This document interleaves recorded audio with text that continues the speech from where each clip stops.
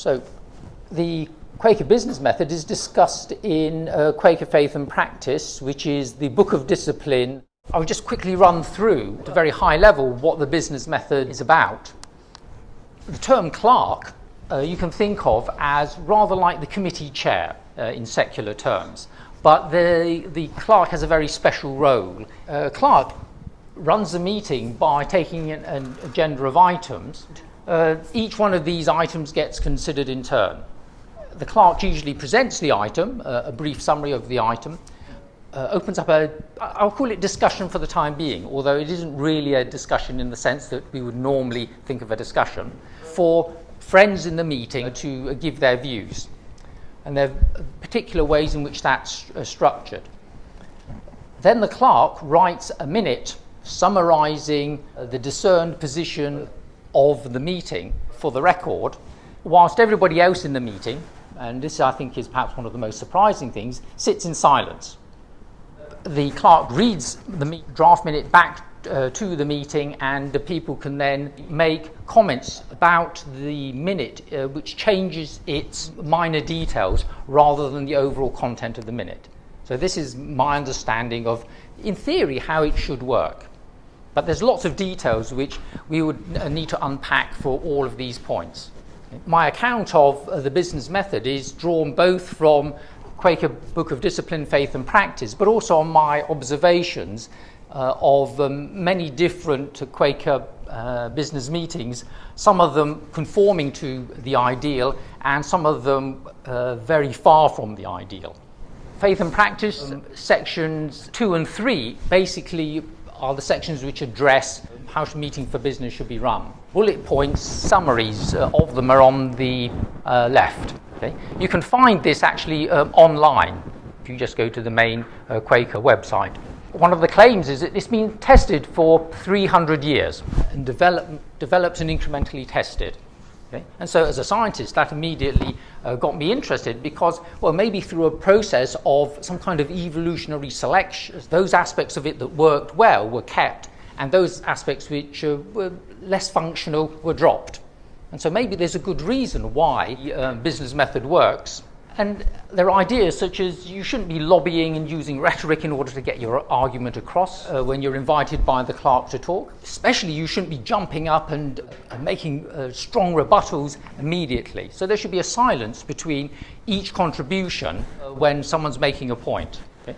And this length of silence really depends on what the clerk decides is appropriate. We're asked as an expectation of running the method to consider each point that anybody makes and reflect on it. So you shouldn't be thinking about, okay, what am I going to do to rebut the last thing that was said or to argue against the point in general, but to actually listen and think about the points that are being made. And this is the role of the silence here. We're also asked to balance fear of novelty with well-considered option. If something is novel, we might have a gut reaction against it, but we're asked to try and keep in check those kinds of reactions. Section 2.9 also talks about the importance of listening, not persuading, and not reiterating points which have previously been made.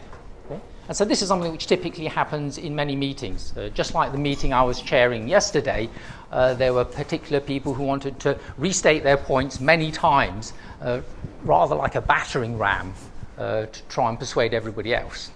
There's this process of discernment. The clerk is meant to be taking and listening to all of the views that are presented and quietly then coming to some sense of what it is that most people are thinking in the meeting, getting a sense of the meeting. But this isn't getting compromise or consensus. It's something different, and this is really very clear, both in practice and also as stated in Faith and Practice. And it's really important so that you don't get everybody just aggregating around some mishmash of all of the views that are presented. And the way that this is expressed is the meeting is meant to settle and unite on a particular view. and the clerk sort of then summarises that in the minute. So there's some process going on here which, at least in my experience, often, not always, but often works. So seeking unity, again, is emphasised in section 3.6. And so these sections 2 and 3 in Faith and Practice deal either with the role of the clerk in the meeting or as instructions to the whole of the individuals in the meeting about how the meeting should run. So that's the difference between these two sections. And so everybody's also asked to think about when the sense of the meeting is reached. Contrary views should have been aired and heard. This is not meant to be a process of getting consensus or compromise. There's no voting, because voting really would differentiate and set apart some against the other. So recognising minority views and acknowledging minority views in a group is really important. Just to work the method and trust that it works, and don't expect there to be sudden agreements, and that it may well be the right decision of a meeting is to delay making a decision and leave it to another time. So it's really a very difficult task for the clerk to decide whether or not that's the case or not. We're also asked not to block a minute which we feel strongly against if the rest of the group think that it's the right course of action. And this, you will immediately think, but this then contradicts the idea of compromise and coming to consensus. Okay? And maybe there is a difference. Okay? And I think this is a particularly hard aspect to try and square the circle of. So finding new solutions that supersede our initially valid views, initially held views, is very much what this process is meant to be about. Trying to get innovation, trying to get some creativity in the decision-making process. So what the clerk does is, after views have been invited and people have spoken, the clerk then tries to summarise, or more than summarise, come to some statement about what it is that the whole meeting thinks that unites the meeting. Okay? And this act of uniting authorises the clerk then to draft the minute. If the minute is then accepted, then that's then what authorises the decision that's then taken. So it's very much a collective activity. Minutes are not prepared retrospectively. It's not the case that you write the minutes afterwards and then at the next meeting you ask the people who are there, is this what was agreed or not at the last meeting? Okay. Of course, you then have to wait for the clerk to write the minute, and this is quite a challenge for somebody right there and then to take all of the views, in some way synthesize them, and then summarize them in such a way that people will unite behind it or set aside their differences. My approach to thinking about the business method is to actually do what scientists do, which is to decompose things and then look at their component parts. I've identified 29 different specific components and then organized them into 9 different aspects. Here there's 4 of them, and there's then 2 classes of these aspects. So there's a role of silence. And the meeting should begin and end with a period of silence, a few minutes. There should be silent pauses between contributions, and at the clerk's discretion, these may be made much longer. And I've certainly been in meetings where things have started to get heated, and the clerk has said, no, we need some silence. And there may even be sitting in silence for 3, 4, or 5 minutes, depending on what the clerk thinks. And I know that some people who have been in meetings and been watching your clock as the time ticks by, they think this is an incredible waste of time. We could really be thrashing and arguing about the points that we want to try and resolve.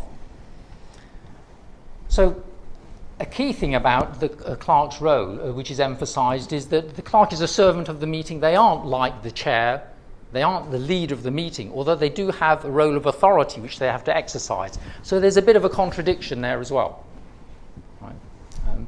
it's usually Quakers who have been in Quakerism a long time who get into the role of clerk, because there's a lot of tacit knowledge that's required in order to be able to do it well. And I've seen it being done in a way which is really marvellous. And there's issues to do with maybe it's too much dependent on the skill of the individual rather than the method itself. And I've seen it being done really poorly by people who are inexperienced. The clerk prepares the agenda, okay, perhaps based on previous decisions that have been made. And the principal role of the clerk is to discern what the sense of the meeting is and to write the draft minutes, but also to run the meeting efficiently. I have been in Quaker meetings that have meant to run until 2 o'clock, and we've been sat there until 3:30. Okay? Really not acceptable for certainly for business people. Okay? And so, but often that's because perhaps the clerk hasn't exerted the right degree of authority. And I've seen it work marvellously where there's 5 or 10 minutes left and there's still half the agenda items there, but because the clerk has arranged the agenda in such a way, we finish up in time in a way that doesn't seem hurried. So that level of experience is really very important. Writing the minutes contemporaneously is another critical aspect. And there are types of minutes which perhaps can help us decide what kind of actions we should be taking in terms of the decisions that are to be made. So minutes of record which record things which have happened, of exercise which are when there's been a discussion and the discussion is to be summarized but without necessarily making a decision, and then also minutes of decision. And I don't know that all meetings use this tripartite distinction, but I've certainly seen it at play in many.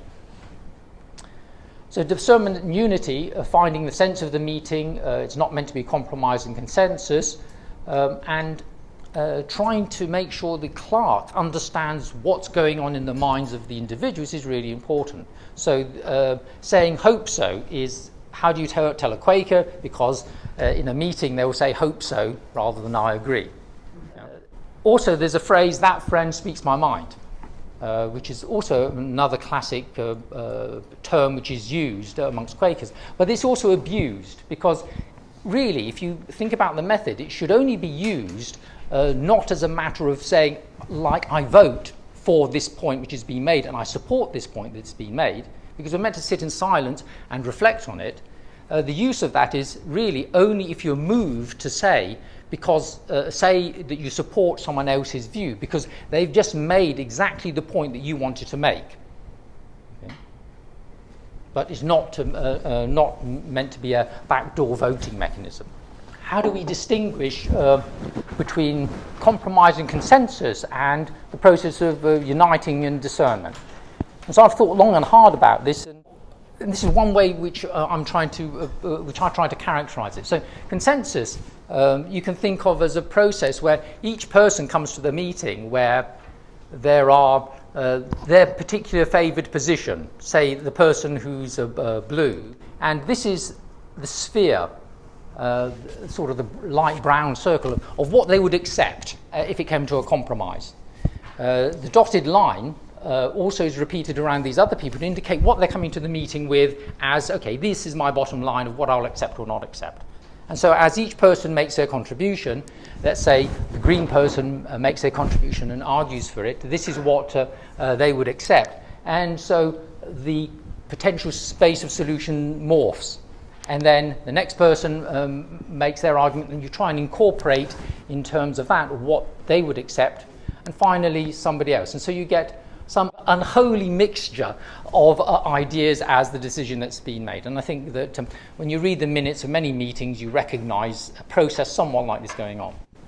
The way I understand what's going on in Quaker meetings, you know what you would agree to outright as you come to a meeting.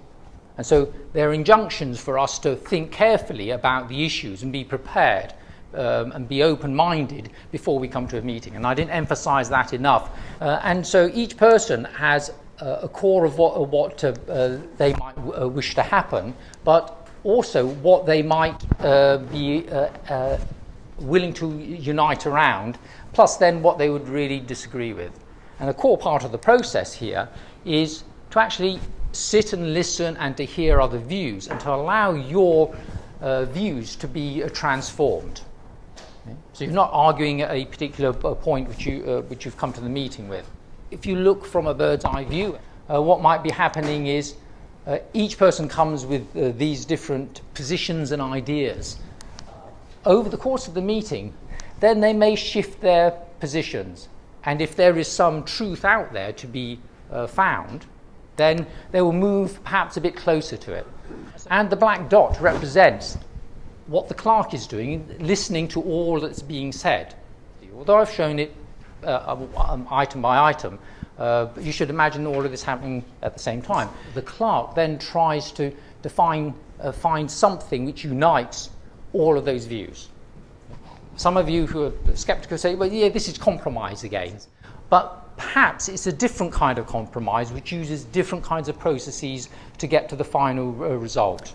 The second group of tools was but to do with culture and values and shape the process and how things work.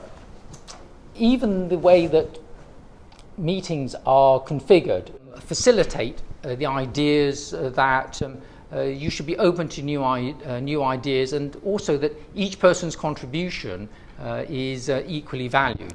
And so a typical way in which a meeting for business is organised, the clerk and perhaps somebody supporting them, a co-clerk, would sit at a table where they would write the minutes, and people would sit in a arc around them so that the clerk can see everybody and what their responses are. It gives a degree of equality, rather than, say, a cabinet table where you have a chair, and then some people are closer to the chair than the others. Part of what's expected is that you'd stand and speak clearly. And this is very unusual in a meeting, a typical committee meeting.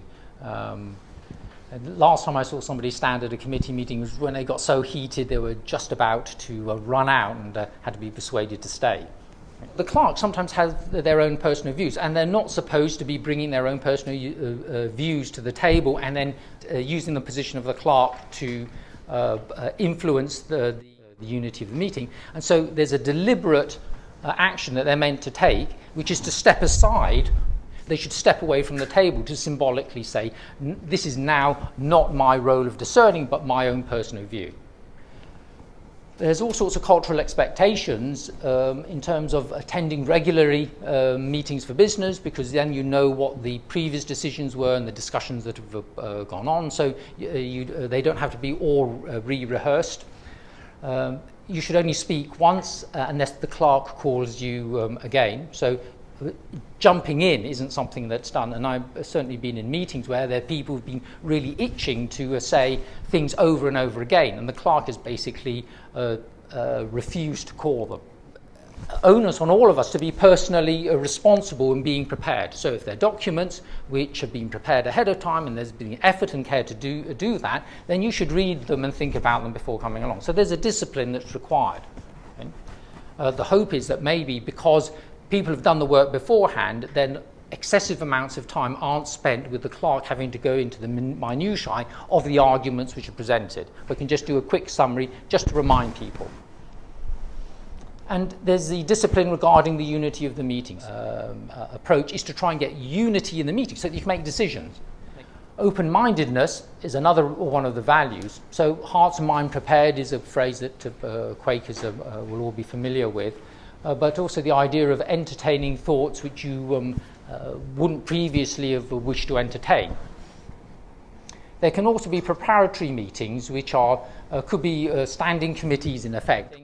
But there are also specific meetings, clearness meetings, threshing meetings, and sharing meetings, which are designed to try and open up debate, open up conflicts, and explore conflicts ahead of time. Okay. And there's particular ways that these work. But all of these meetings, the standing committees and these other meetings, are supposedly meant to run in a Quakerly fashion using the business method. So the business method gets passed down to lower level meetings. Another important aspect here is corporate values. Okay, discerning corporate values. So these are not supposed to be anodyne, and they have gone through a long process through many generations, perhaps, of Quakers in order to settle on ideas such as peace, truth, equality, simplicity, or sustainability. And these are advertised prominently in many meeting houses. So this is in Brighton Meeting House, and this is in Philadelphia Central Meeting. If you don't know what to decide, go back to the testimonies and ask, what would simplicity ask of us? What would peace require of us? Of course, you say perhaps that, well, many corporate organizations have their list of goals or list of values, but how seriously do you actually take them into decision-making meetings and use them? And I've seen this used really well in some Quaker meetings where a decision is going to be made, but somebody says, yes, but what about simplicity? And everybody then suddenly realizes, oh yes, this is really complicated, unnecessarily complicated. And then within 30 seconds, somebody else makes another suggestion, and it's then clear to everybody, blindingly obvious to everybody, that that's the way that it should be done, because this little bit of new knowledge has been brought in. I shall rest my voice for a few minutes and invite people to talk to each other.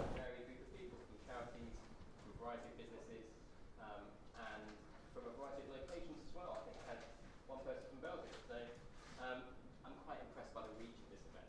But my job at the moment is only to tell you a couple of things.